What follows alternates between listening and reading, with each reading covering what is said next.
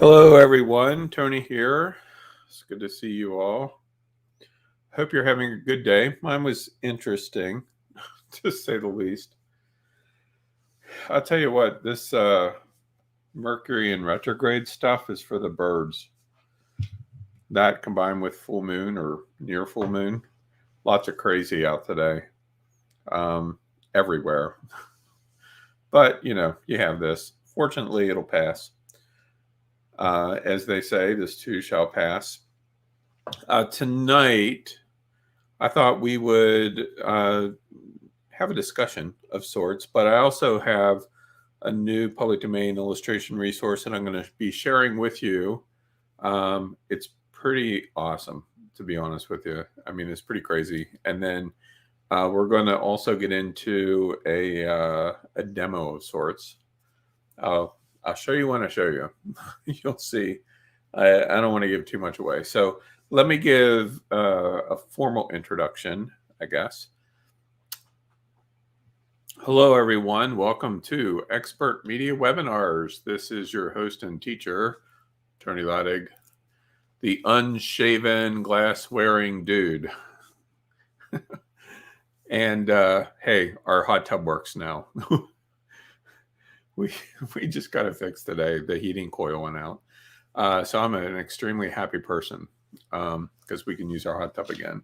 But welcome, everyone. And as I mentioned, we are going to go through some updates, talk about some potential future projects, courses, training, all that kind of stuff.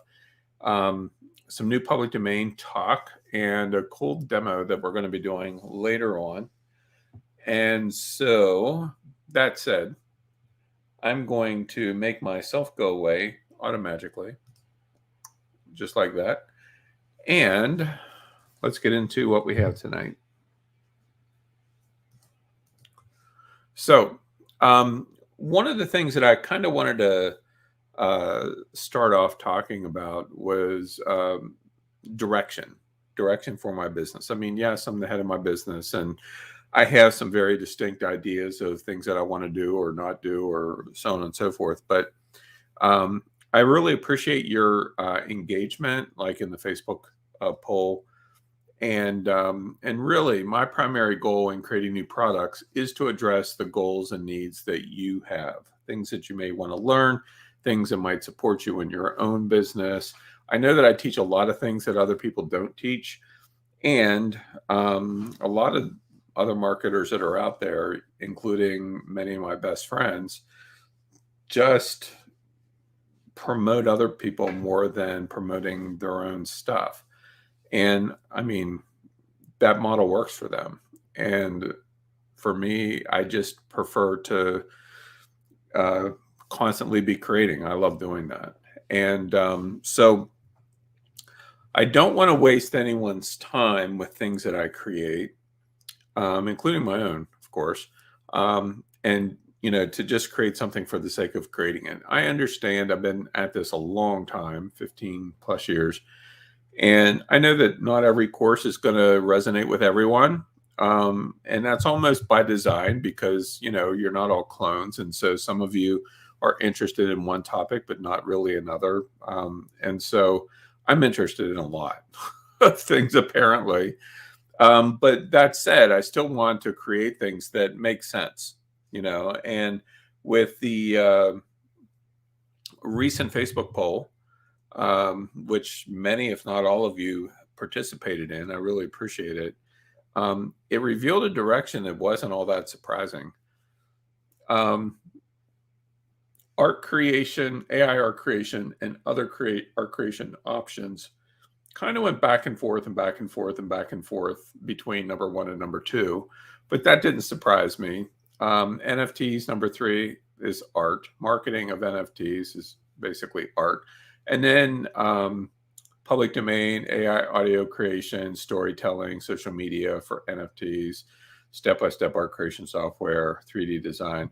So the majority of this is art, which is awesome because that's what I love to do. But, I haven't given up on the public domain. There will be a new public domain course or two this year. AI audio creation, that course is indeed happening. Some of the new stuff that I've just found in the last week or so are going to make it more worthwhile. Storytelling is everything. Everything is storytelling.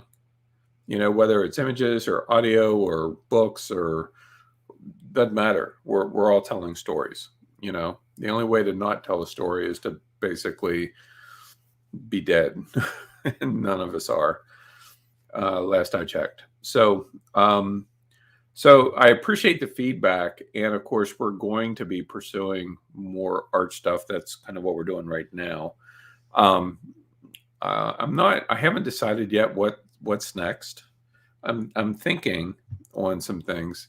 It may actually be public domain, because I have several docs in Evernote where, as I get ideas in the middle of the night or while I'm in the mountains or sitting here at my computer or doing research or all the above, you know, as ideas come, I write them down just to record them. I don't really give much thought. And then the ones that stick out to me are the ones that I will pursue more to see if there's juice there or not.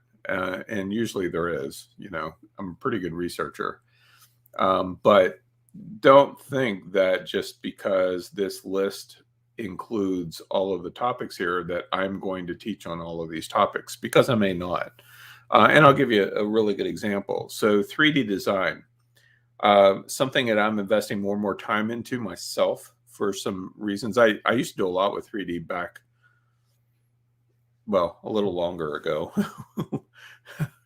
late 90s, mid to late 90s. I did a lot with 3D design, and then got away from it for a while.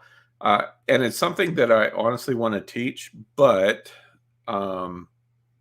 it has quite a learning curve to it. And that's one of the reasons why I've been reluctant to dive into it. Same with like character animation and stuff like that. I love that kind of stuff, but the learning curve is challenging. And so that's something that I try to keep in mind whenever I'm deciding what to do versus what not to do. Now, it's not to say that I'm going to shy away from stuff that's harder, because I know some of you are up for the challenge and you like advanced strategies and next level type stuff.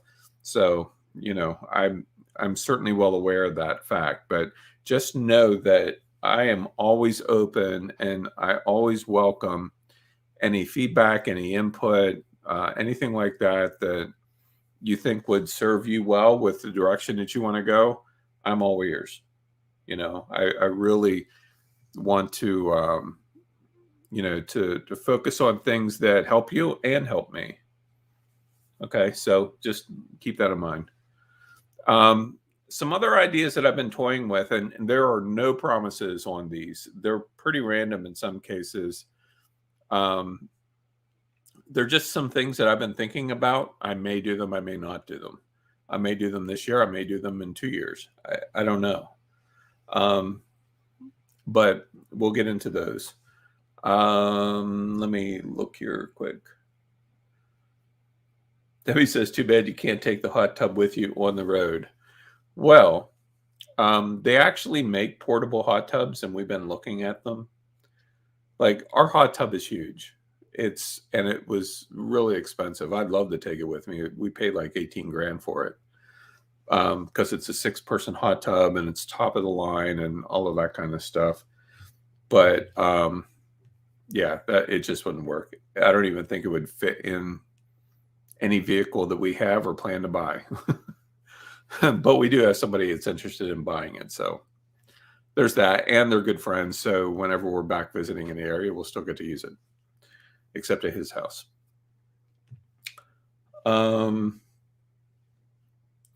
Thomas says, most everything I've done in the last 3 or 4 years tracks back to something I've learned here. That's awesome. And I really appreciate that. And he also says that public domain is his money shot. Yeah, I mean, I started my business with that. And, you know, I just have a lot of interests. And those are going to continue to be expressed in a lot of different ways that I think some of you are really going to enjoy. So here's some additional ideas that I'm considering. One of the thoughts that I really have been just kind of noodling on is You know me, I like series with courses, like course series.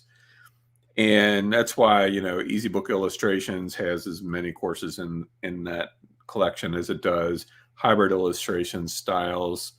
Um,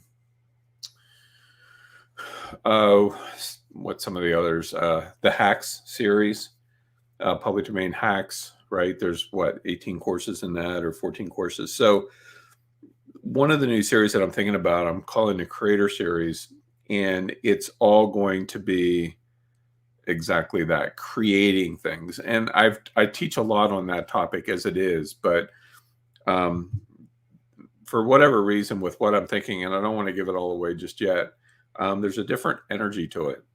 I'm not sure why, but it's kind of like driving down the road and then all of a sudden you see a big neon sign that says, hey, check this out, make the next right.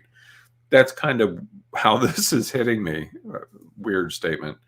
But it's like you're driving down the road and all of a sudden you spot a hawk, which happens to me daily. Kristen never sees it. I'm like, oh, look, there he is. She's like, what? But, so that's something that I'm thinking about. Debbie says, I'm working on a public domain book right now. I am too, actually. Just haven't been talking about it, but I am. Another thing that I'm thinking about is doing live virtual events. Now, by technical definition, this is a live virtual event. Here we are, we're live, we're virtual, but I was thinking more like conference kind of thing, different speakers and all of that, just make a weekend of it, and not make it a pitch fest, but there would be offers, of course. I don't know if I'll do it or not, because I'm more inclined to want to do physical meetups. Now, until we sell our store, which, if you know anybody who's interested in buying a pop culture store, send them our way. Right now, kind of where we are in it, the store valuated out at 176.9, I think, 177.9, somewhere around there, by the guy that we hired to evaluate it. And so we're probably going to sell it. Right now, I'm kind of leaning toward 150 or something like that. And that includes everything, the website, all of our inventory, all of the fixtures, and the whole 9 yards, whole shooting match. But once we're able to sell the store, that kind of disconnects our ties a bit more to the area, because since we have the store, we're still kind of physically committed. I mean, we have employees and all of that, but still, as the owners of the store, we have a certain level of responsibility. The buck stops with us, and mostly with Kristen. And so one of the first things that we want to do once that connection is finished is to start taking small road trips. Not so much. I mean, the RV and all of that, yes, that's definitely happening, and that's going to be, later, maybe by fall. We're not in a hurry, but we're definitely doing it. But we want to go into different areas where some of you live and just get together. Not like from a teaching perspective and, you all sit and listen to my talking head or Kristen's talking head going on and on, but just to physically meet and get to know each other and hang out and laugh and have a good old time. That's something that I really want to do. That is definitely going to happen. Whether we wait for the RV life to do it or we do it while we're driving, because I also like photo excursions. Did one years ago, and there were 5 or 6 of you that joined me down in the Smokies, and we didn't see any bears, but we still had a great time. And I definitely want to do that more as well. Kristen and I also love digging for rocks and crystals and stuff like that. So there's certain locations that we're planning to travel to just for that purpose, but it'd be cool to say, hey, y'all, we're going to be in Arkansas digging for quartz on this weekend for all of you who think that could be a good time, why don't you join us here? So that's some of the future version of my business,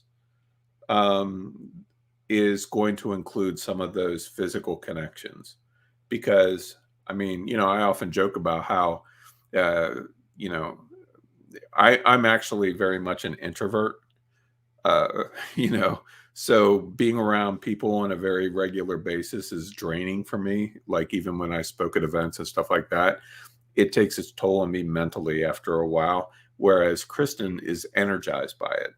We're exactly opposite with that. And it has nothing to do with me not wanting to be around people or anything like that. It just is what it is.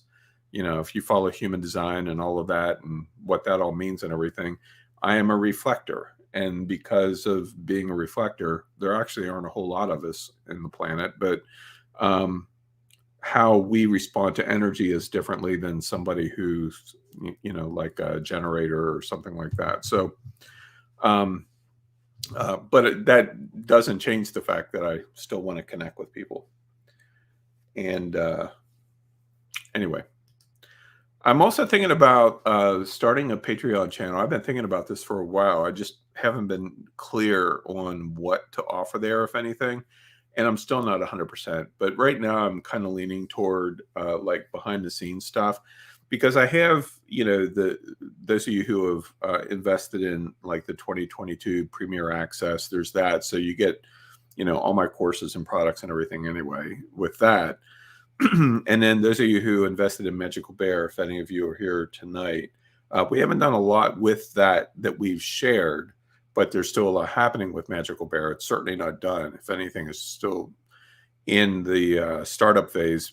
We had to kind of pause it because of this shift with travel, but we're still getting in inventory. We're still making plans, still working on physical products. We got inventory in today of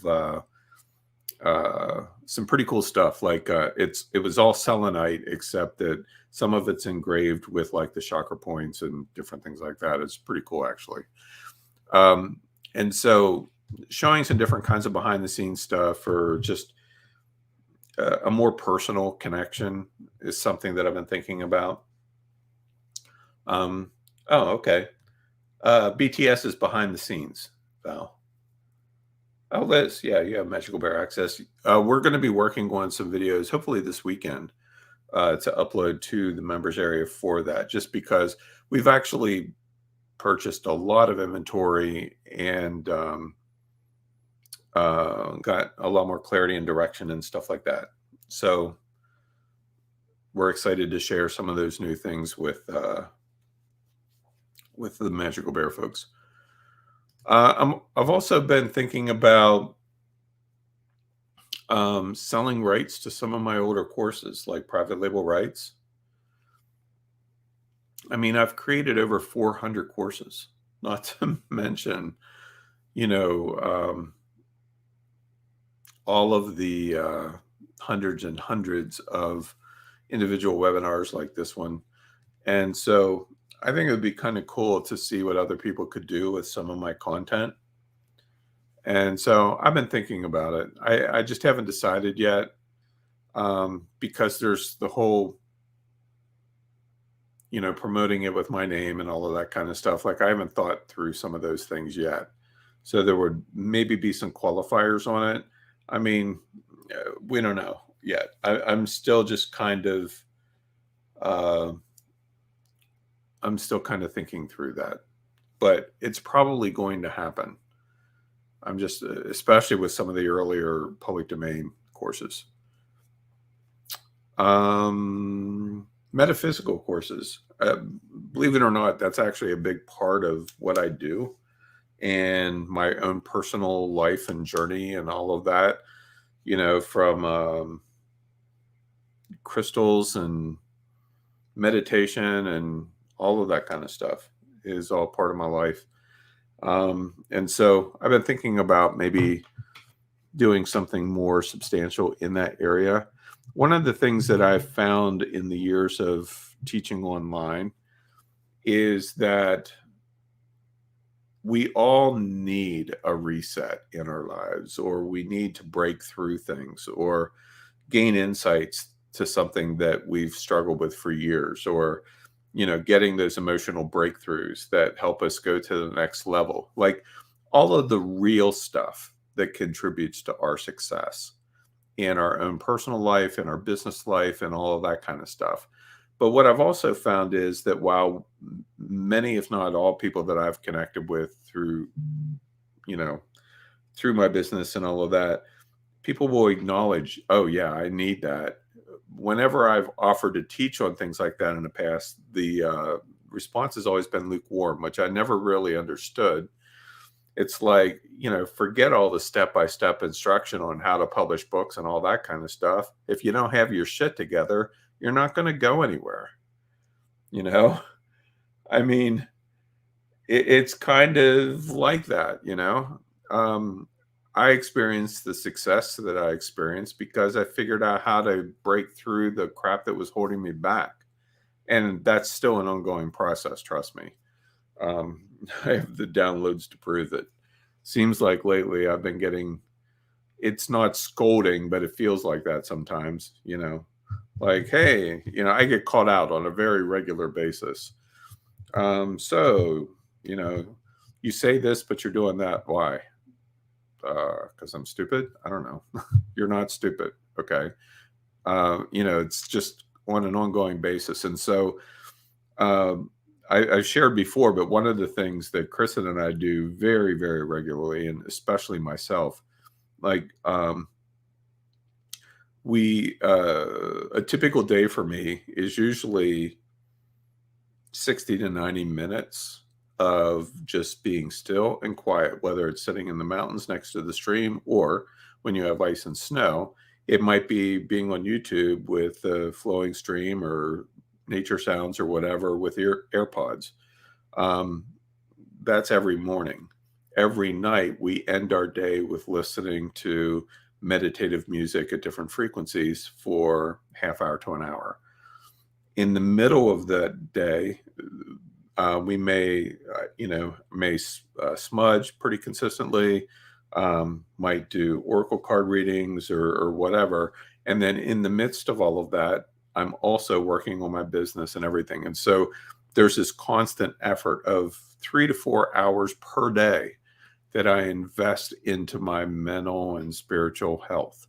And I'd like to think that doing that consistently over long periods of time has a positive impact on everything else that I do. It sure as hell is calming me down quite a bit because I used to have like rage anger.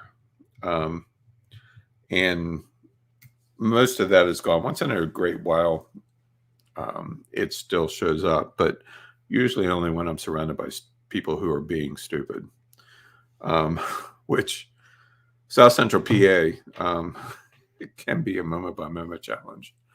But anyway. Yeah, native traditions and wildcrafting. Yeah, those are great topics that I'm fairly knowledgeable about, and that I love, enjoy.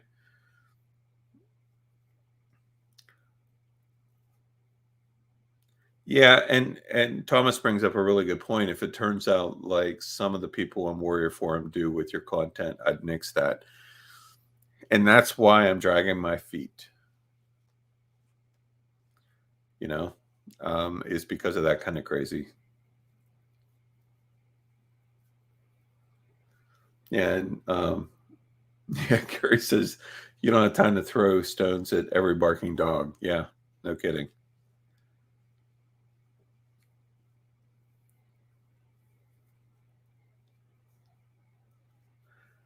And Thomas says I sleep with meditative music. It really makes a difference. Like meditation, meditative mind. I love. They have an app. We watch their videos on YouTube every day. Yeah, it's pretty cool. So another thing that I've been thinking about is more custom physical products. I know I've taught on some of these things before, but we have been getting more and more serious about some of these things, working with mints to create coins and jewelers and all kinds of stuff. Like, certainly a part of what we're doing is, going with white label products and some of those kinds of things that we can purchase. But for me personally, one of the things that I really want to do, and by really, I mean really want to do, is get into custom lines of jewelry and coins and some of those kinds of things, like that are made by jewelers, not by factories in China. Not that there isn't necessarily anything wrong with that. I mean, China bad these days, I know, but that's more the politics than the people. Chinese people still have value and all of those things. They're not the bad guy. And so I don't mind supporting them, but I much rather support local, people who are making quality products and they're good at it. Yes, you'll pay more for it, but I don't care. If I can support a local maker who does amazing jewelry in the US, and do a custom product line, by all means, that's an easy yes for me. And so that's something that we've been actively looking at, not so much these days, because like whenever I'm not teaching or preparing to teach, I'm moving boxes, packing boxes, cleaning out storage areas. Like that's my life right now. But that's something that I will definitely be exploring. And some of that is definitely with regard to Magical Bear, that company. But something I'm thinking about. Excuse me. Mary says, I'm interested in knowing more about Native culture and genealogy, researching Native ancestry. It's actually a very interesting topic, Mary, because, having had a Native-based nonprofit back in the day and spending a lot of time, with elders and powwows and on reservations and all of that kind of stuff, it's very touchy. In some cases, that topic, because, full bloods, quote unquote, as recognized by the U.S. federal government, from a genealogy perspective, aren't necessarily full bloods. Like Cherokee, for instance. If you go, Cherokees are a mixed blood race. And I mean, part of my family lineage is Cherokee, but it's also Irish, more so, and Scottish and those kinds of things. Vikings, yes. But if you did DNA research on like full blood Cherokees, quote unquote, living right on the res, Oklahoma or North Carolina, doesn't matter. You're going to find Jewish, you're going to find a lot of other different races. Creek, you'll find just a lot of different races like that because they're mixed bloods. We all are mixed bloods if you get right down to it. We're all mixed in one form or another, which for those of you who love history and research, it's fascinating as hell. I love genealogy research. I've been doing it for 25 years and just absolutely love it. I haven't had a lot of time to do it lately, but every so often I sit down on my computer and I don't feel like packing boxes. And then it's like, log into Ancestry and 23andMe and my heritage and all those things and see what new goodies are in there and everything. And, oh, look, I'm, 5% related to this person and here's where they live and, whatever. It's just fascinating. But, yeah, I hope to be able to talk more about that again in the future because I love it. Thomas says, connect with Brian Buse's page on Facebook. He's very creative. I'm going to write that down. Let's see here. I will definitely do that.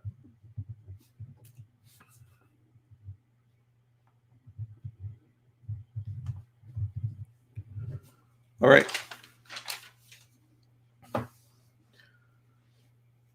Yeah, Debbie says, no such thing as 100% full-blooded anything. True story. But see, to me, that's what makes life interesting. Because, and if you're a student of history as well, and, so let's say you look at an Ancestral DNA profile for yours or for a family member or whatever. Like for me, mine right now is, because, they change based on the number of data points that they have. I think for mine right now, I'm setting it like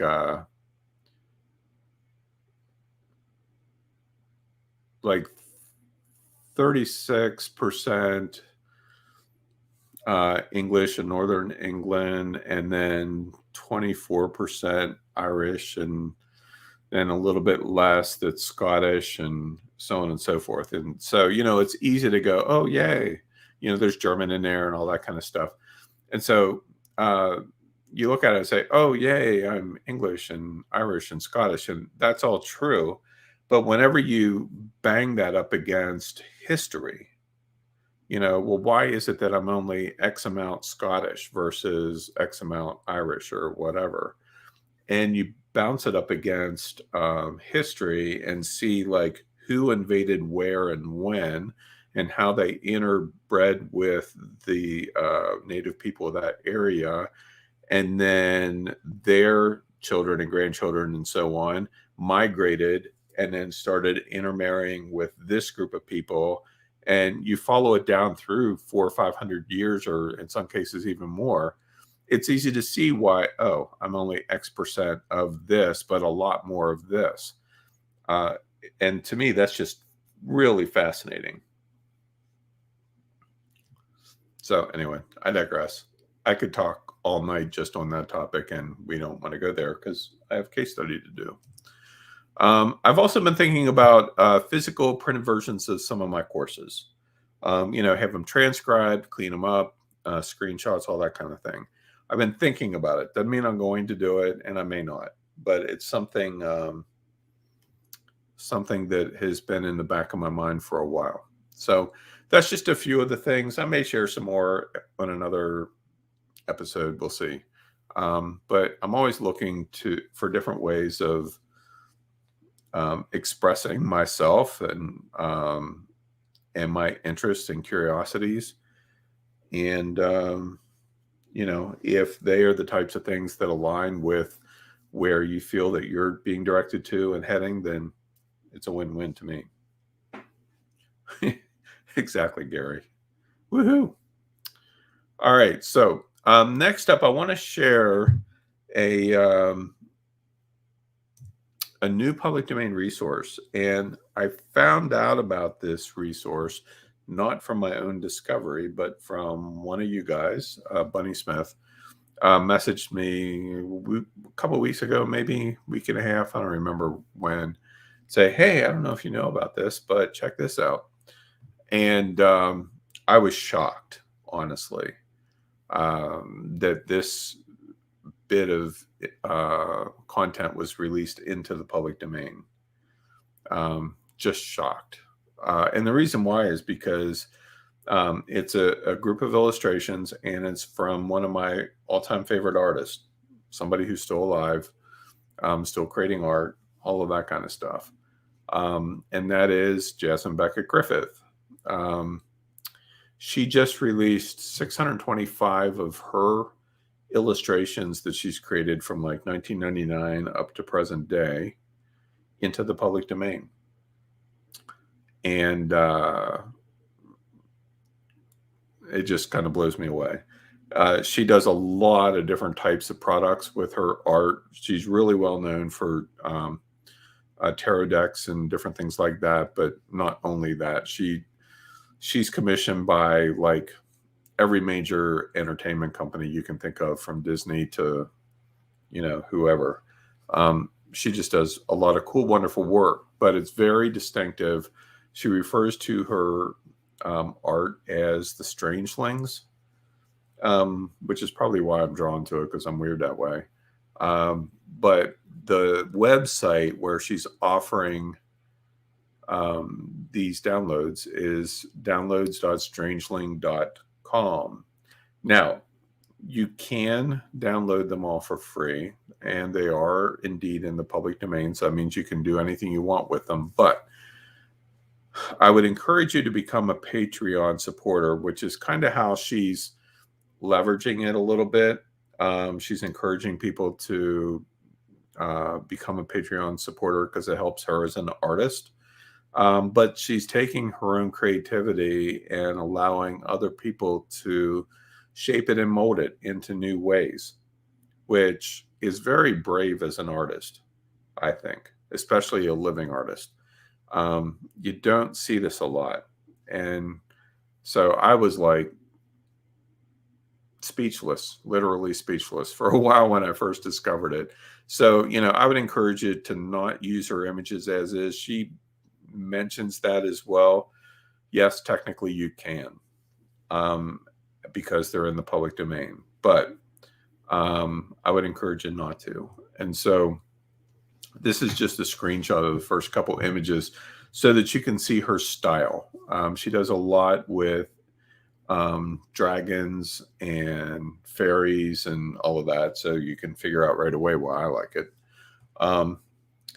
And if we go over to the website, this is it. I'm currently logged into my account because I signed up to support her on Patreon. One of the cool things about her Patreon channel, she's very engaging, very interactive, more than anybody else that I support on Patreon. But she also like turns a lot of her art into pins, like enamel pins and stuff.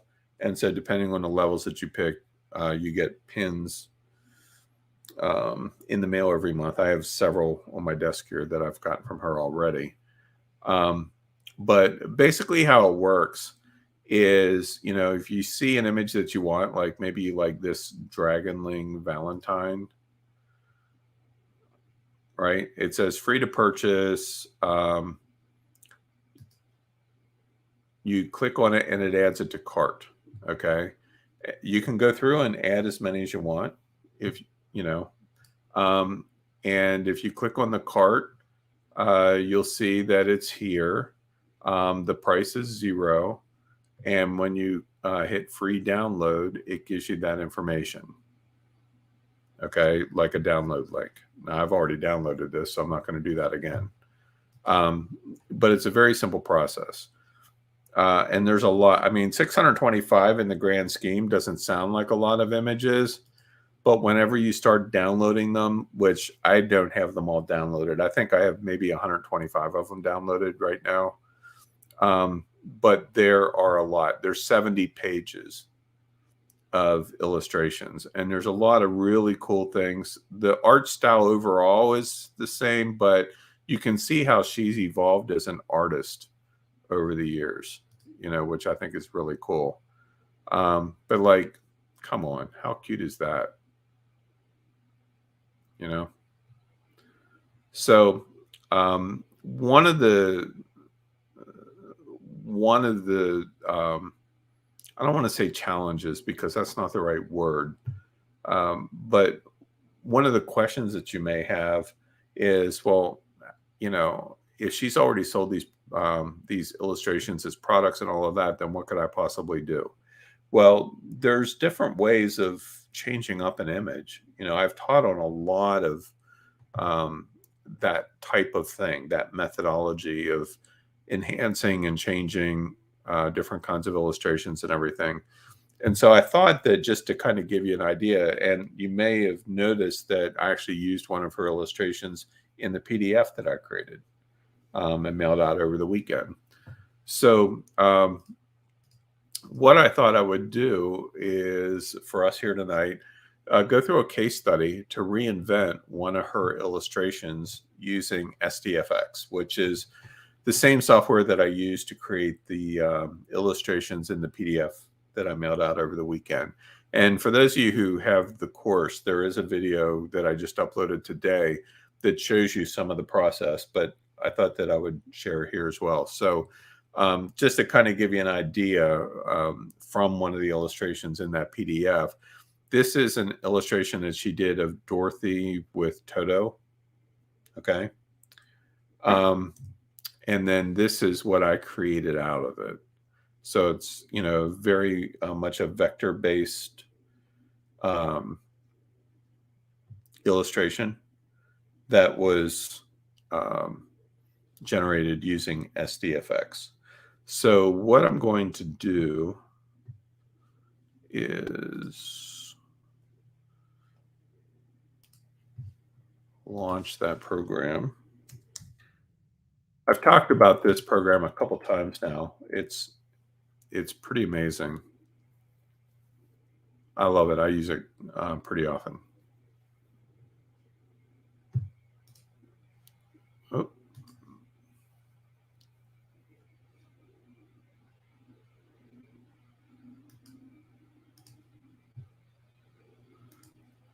Mercury in retrograde. I'll tell you what.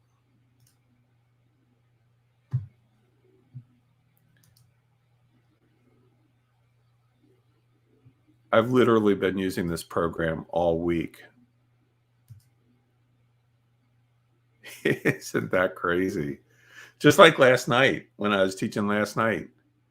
I just encountered a lot of problems with the program last night.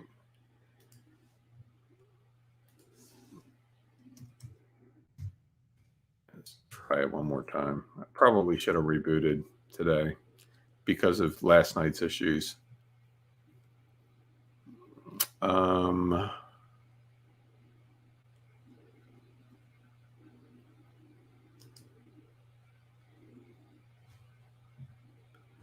I guess we're going to have to not do it this way.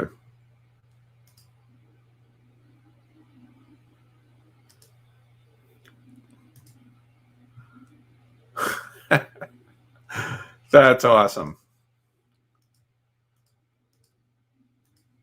Never mind. Well, one thing that I've learned is that you got to go with the flow. So what we're going to do is switch gears here just slightly and use a different program. I hadn't planned on it, but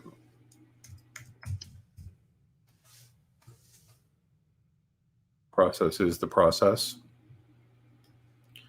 So this isn't ideal, and I would prefer to not give this case study, but as you can see, we're having issues. So this is paint. It's actually made by the same company, moonlighting.io. And this is a neural style transfer program. So you pick a style that you like Skullgirl here. And then you upload an image, which I just happen to have. We'll do something different than Dorothy. I've already done her. So let's pick this one. And then the software applies the style to the illustration. Yeah, that's what I was doing. Debbie was restarting the program. I think the only way it's going to start is for me to reboot. And since I'm teaching live, that's not ideal. And so I'm going to increase the resolution here so that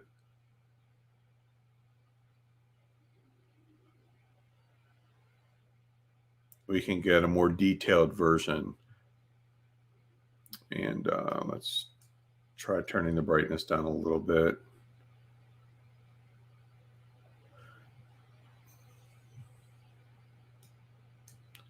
And so you can see, you know, how just very quickly it takes the image that we started off with and then adds in, you know, its own style based on the source image that I chose. And then these are basically, they work the same way as filters, the coloring. Okay, so you can get some very interesting styles. Now, one of the things that I did using SDFX was to swap colors, which we can't do in this particular program, not in the way we did it there. But like, let's say that we decide, you know, I don't know if I really like this particular example or not. We can just hit back here and pick something else, like retro comic maybe. Use the current input.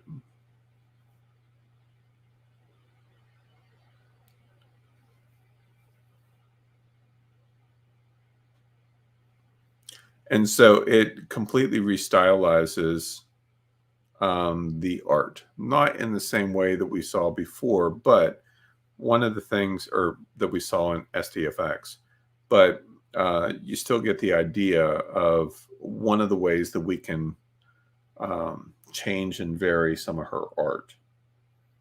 Okay. So that's one thing that we can do. Of course, there's also some of the other programs that I really like. Actually, you know what? There is one thing that I can show you, maybe. Let me open up Photoshop. Maybe it'll open.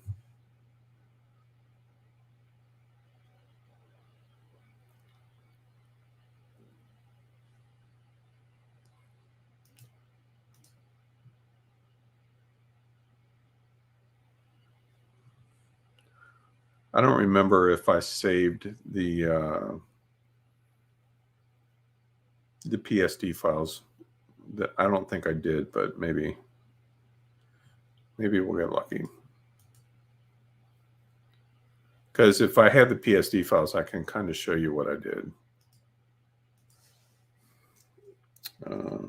Dorothy.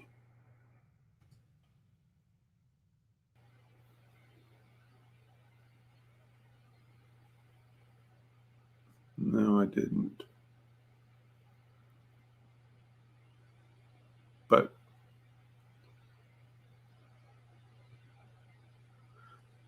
tell you what we will do. Let's hit cancel here. And I'm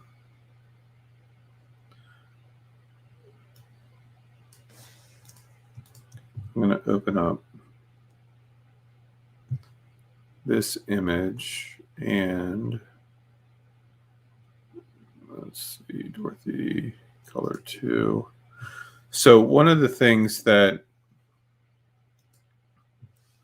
SDFX allows you to do is it turns everything into vectors, but then it allows you to change color assignments.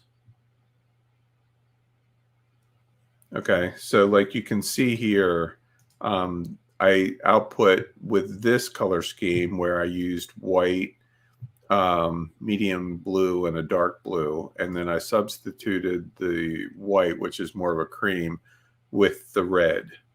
Okay, because there were some elements like the background that I thought would be really cool to keep red, but make her stand out with just the white areas. And so with SDFX, you can literally go in and assign, it's the setting is called tricolor.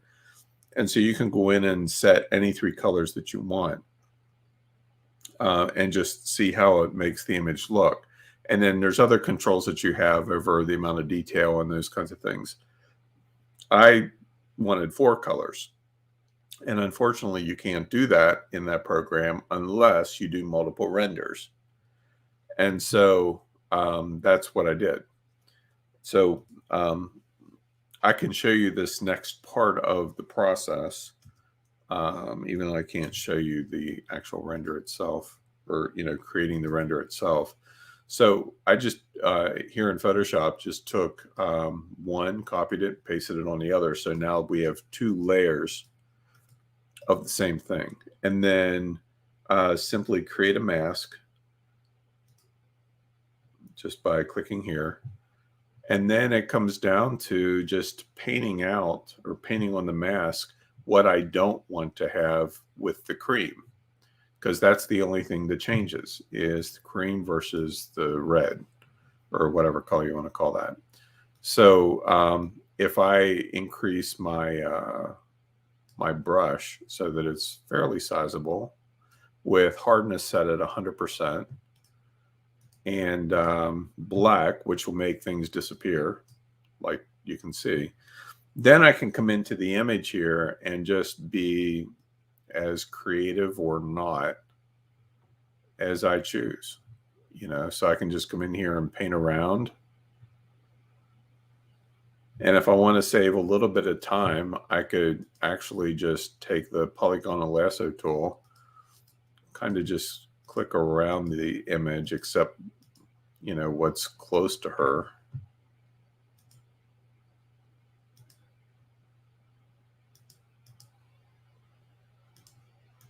And then color in the rest. So like, you know, just getting close. And mind you, because the two blues are the same on both images, I can use that to hide my silhouetting so that, you know, I don't have to be as precise as I need to be. So with that selection inverted, I can just hit fill and boom, most of the background is in the different color. So then it's just a matter of me making color choices by painting around the rest of her. Sort of carefully, but, you know, doesn't have to be exact.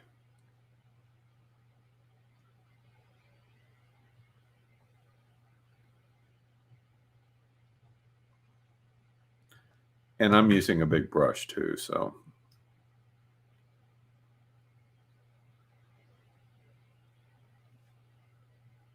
Just kind of stay close to her pigtails, but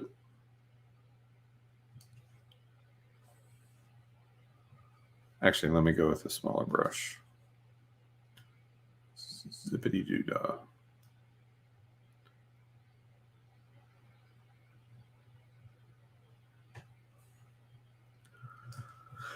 The thing that I like about generating and creating art like this is that there's no right or wrong. You know, it's 100% subjective.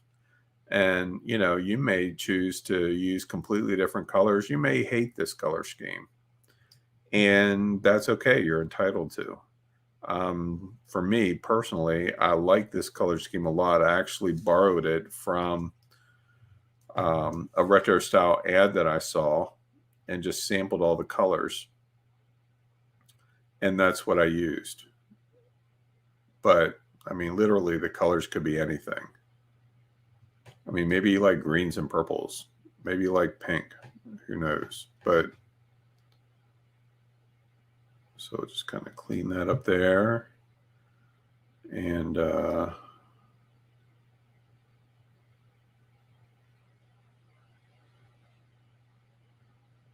get her coming around the mountain here.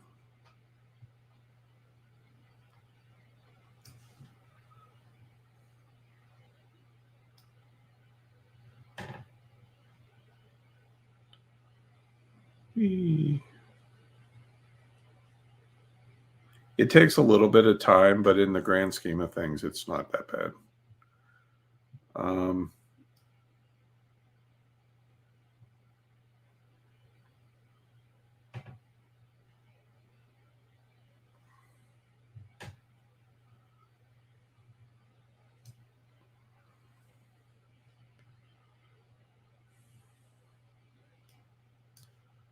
Let's go a bit bigger here.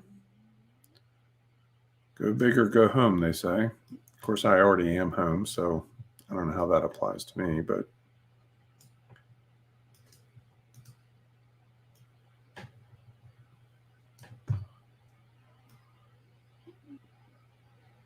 I'm into the home stretch here. Got a little carried away on her arm, so I can just switch to white.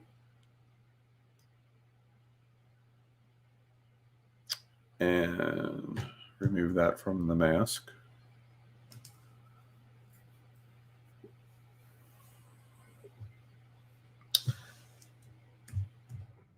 And so just a simple silhouette, but, you know, we ended up with kind of a cool end result. And another thing that we could do, like, let's say that I wanted to make the basket an even different color.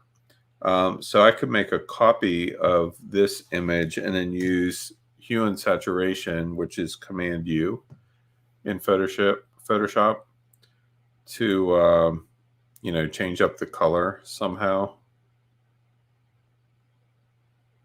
Like maybe a different shade of brown.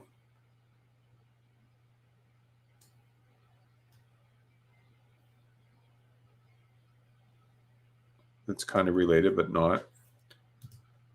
Right. And then since I'm going for just the basket, probably what I would be inclined to do is to fill the whole mask with black.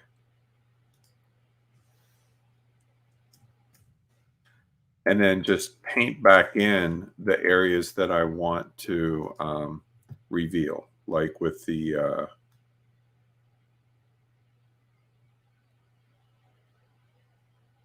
just the coloring of the basket itself. Now you might notice that it's also painting the dark blue areas, which isn't what I'm after.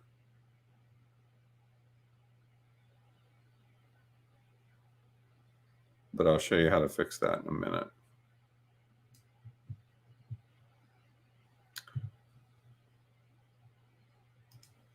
So let's say that I want the main part of the basket, like where the light blue or medium blue is, that's what I want to be brown, but the dark blue I want to remain the same.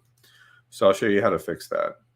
We'll select this image, this layer, and with the magic wand tool, I'm going to click and select the blue. Okay. Come back up to this image and turn on the mask and fill it with the selection and black.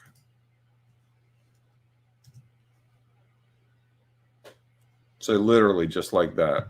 And I noticed that I clipped his paw.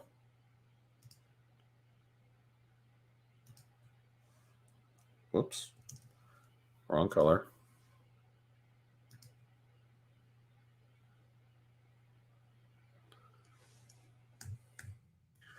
So I can just break it down with different layers to add to and change up different colors and everything.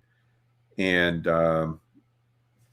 it works great. And then if I wanted to get more artsy without working with masks, I could create another layer and maybe change it to, instead of normal, change it to color. And then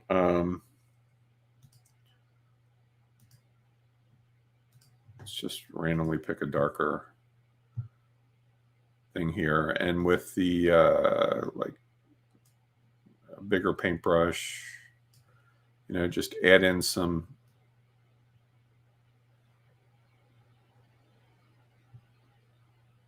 change up some of the details of the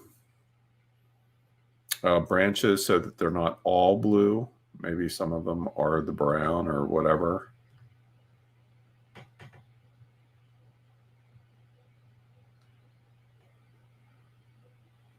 There's a lot of things like that you can do.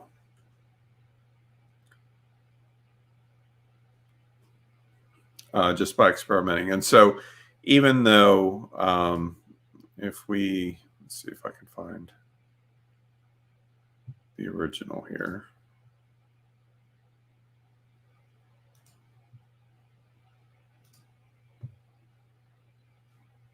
So this is the original image that I started off with, but you can see the end result is something completely different. Obviously the same, but different, a different use.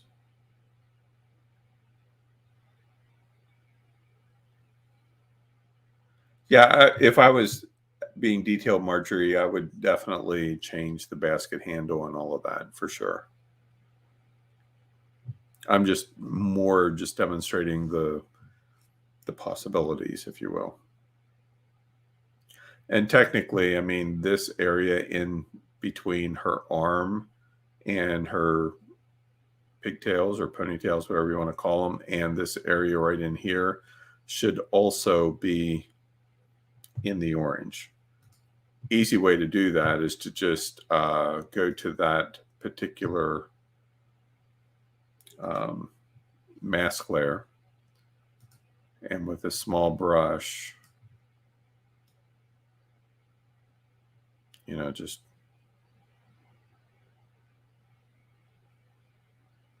paint around it.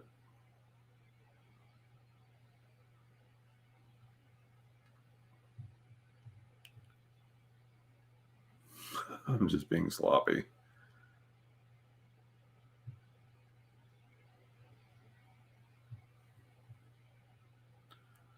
And by the way, if you don't have Photoshop and you're using like Affinity Photo, the process is exactly the same. Oops. You know, so there you go. So however many different color changes you want to have will determine the number of layers and what you want to do. And of course, you can always turn any of them off.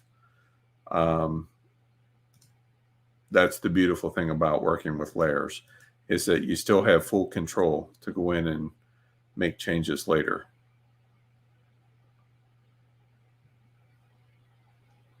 Okay. So that's kind of fun. So let me close this.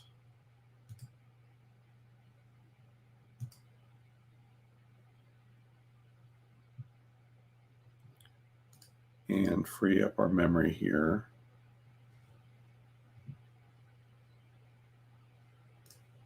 And just for grins and giggles,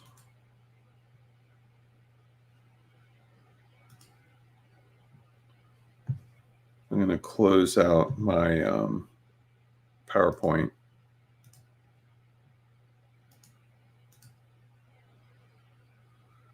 Just to see if that will somehow encourage the program to work.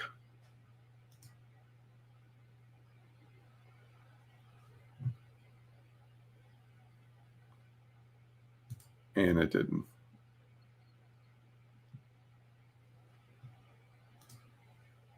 Sometimes with terminal open, it would run, but not so much today.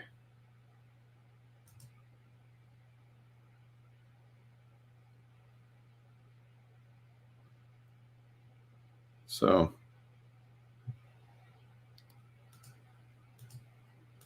seems like a bug.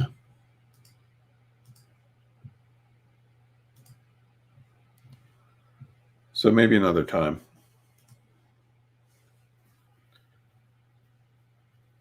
But isn't that cool? I mean, and there's so many great resources here. Like I said, I love her stuff. Like this one here, Wolfish Friend. Awesome. She does a lot with fairy tales and those kinds of things.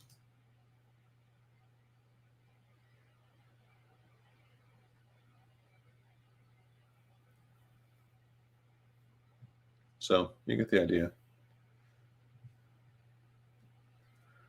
No, I'm using Chrome, Gary. I don't use Safari. It's a pain in the ass.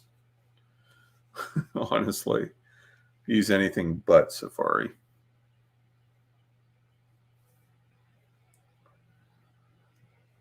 Yeah, Debbie says, can you believe another hour flew by? I know.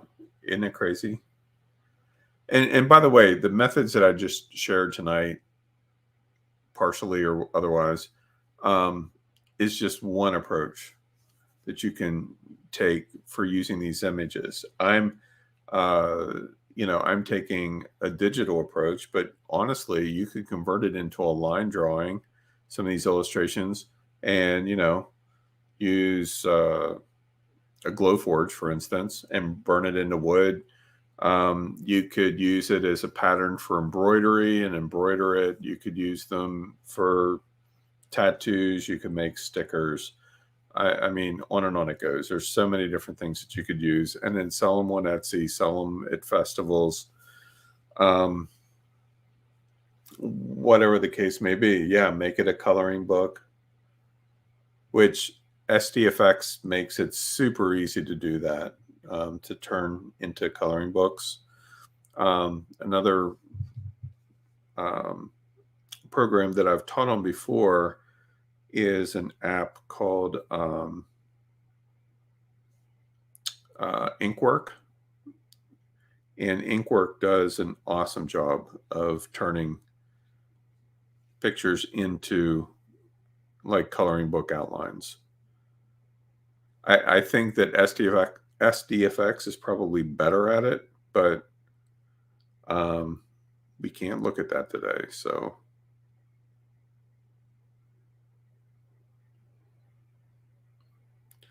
I was just trying to see if I had any of her pictures on here that I could just show you Inkwork real quick. Honestly, I forget the name of the app that allows me to connect my phone. Isn't it like Squirrel? No. I forget the name of it. Isn't that terrible? Oops. I'll just see if I can find it real quick here, because it's a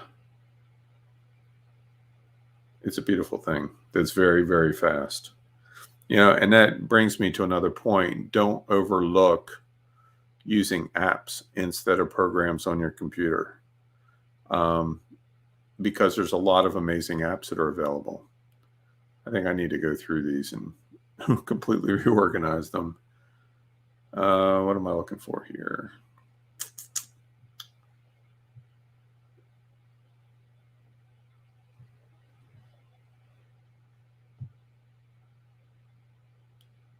Reflector, that's what I'm looking for. So,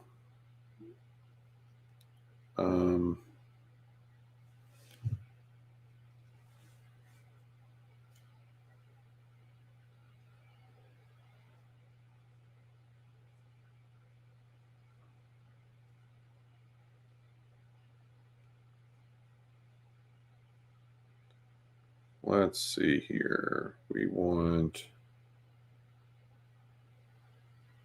screen mirroring.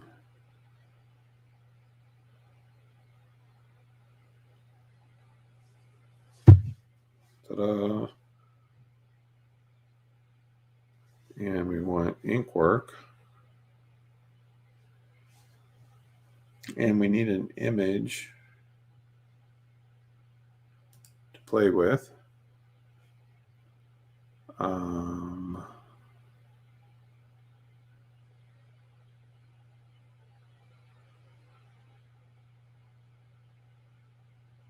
Jasmine. And we need, let's just pick one. Pick a card, any card.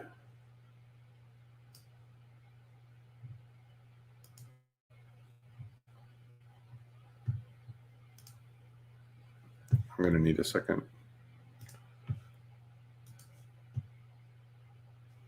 All right. AirDrop. Here's my phone. And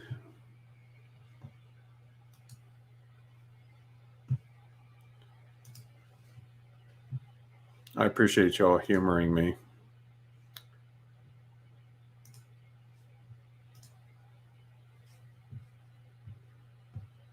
So we want this. Oh, my phone went to sleep. And we want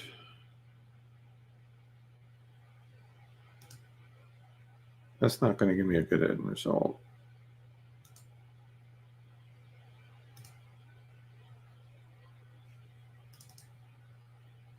Let's go with the wolf.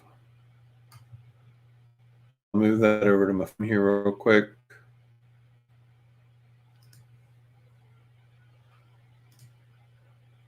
Thank you. So it's on my phone. So that's good news. So we'll go back over here to Inkwork and we'll pick our image. And literally just like that, we have a coloring book page. Then I can tap on the pen and choose from one of the other settings. Like I usually like T, which stands for thin style.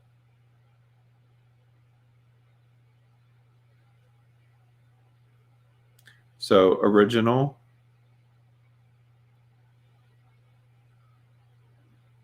not bad. A little more detail there. T5. Isn't that crazy that we can do that fast? And then once we get something that we like, just tap the icon in the upper right corner and hit save. And I'll just save it to my computer here.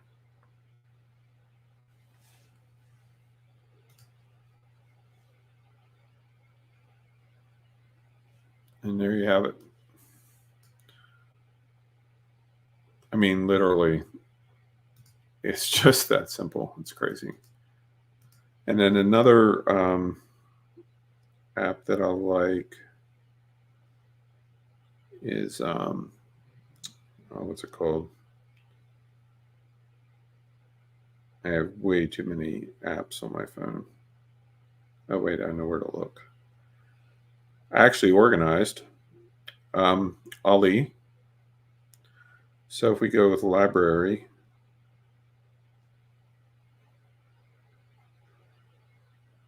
and I'm not sure why it isn't showing.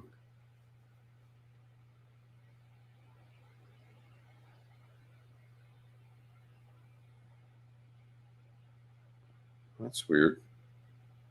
It's not showing the image. So I'll just pick a different one. This is an NFT that I saw the other day. It's just a screenshot off of Instagram, but it'll work.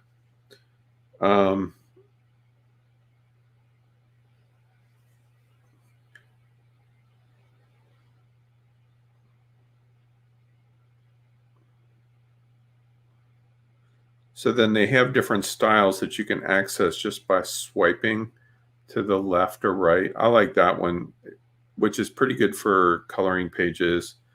But basically, it allows you to recolor the different things. This one is called Ali by Tin Rocket. And then once you find one you like, you just hit the little download thing, and it'll allow you to save it. It exports it to your photos. So these are a few of the fun ones that you can really use as apps to change up pictures, like what we saw on Jasmine's page. So just kind of a little added bonus for you to all think about. So we'll say goodbye there. All right. Any last comments? Reflector app is by Squirrel. Yes, that is true. I was thinking Squirrel. I wasn't thinking Reflector. I don't know why. My brain's tired. Margie says, could you give us the steps to get the phone and computer connected? Yeah, you need that that program that JD mentioned, Reflector by Squirrel. And then once you have that installed and launched, then now I'm using an iPhone, okay? But on my iPhone, if I go to my home screen and swipe down from the upper right-hand corner, that brings me to a settings screen that has mirroring on it. Okay, so like if I tap the screen mirroring and then choose my computer, it'll connect it. And so you can see that my phone is connected to my iMac, right? And so whenever you swipe down from the upper right-hand corner, this is the screen that comes up. And this little box right here is the screen mirroring option. Okay, so the process should work the same with the PC, honestly. So pretty simple. So like my home screen, if I come up here to the upper right-hand corner on my phone and swipe down, it brings up this screen. So then if I want to disconnect, I just tap the screen mirroring icon and it brings this up again. It shows that I'm still connected to my iMac. and then I just tap on stop mirroring, and it goes away. So pretty cool. And by the way, it also works like with an iPad, you know, same process, but you can use an iPad the same way. All right. All right. Any other comments or questions before we wrap this dog and pony show up for the night?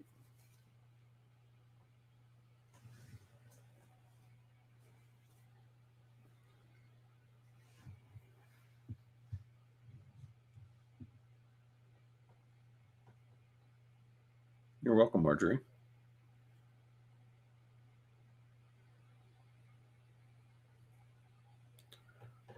Okay, well, thank you, Debbie. So thank you, everyone, for joining me here tonight. Actually, the numbers are down a little bit tonight, and I just realized that I forgot to email and let everybody know what I was going to be talking about tonight. Usually, whenever I do that, there's like 25 here live right now. Normally, whenever I send an email out, I think we've been hitting in the high 60s, low 70s, maybe live. I was just too busy today to be able to do that. So my bad. But we will return next Tuesday at 6 p.m. And as Debbie says, smash that like button. And if you aren't subscribed to my channel yet, please do. I think I'm 15 away from hitting 1,000. Just 15. And I know 1,000 isn't a lot, but yeah, it's a good step.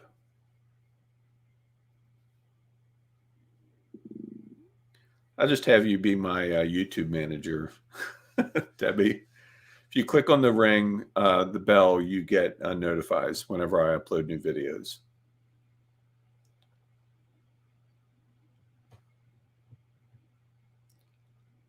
Thank you, Liz.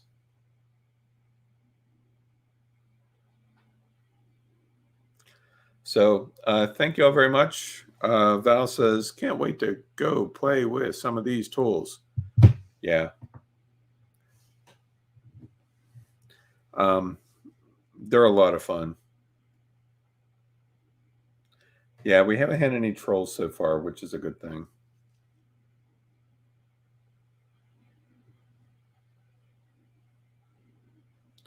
So I hope you have a good evening, everyone. Thank you for joining me here tonight. And we'll talk again soon.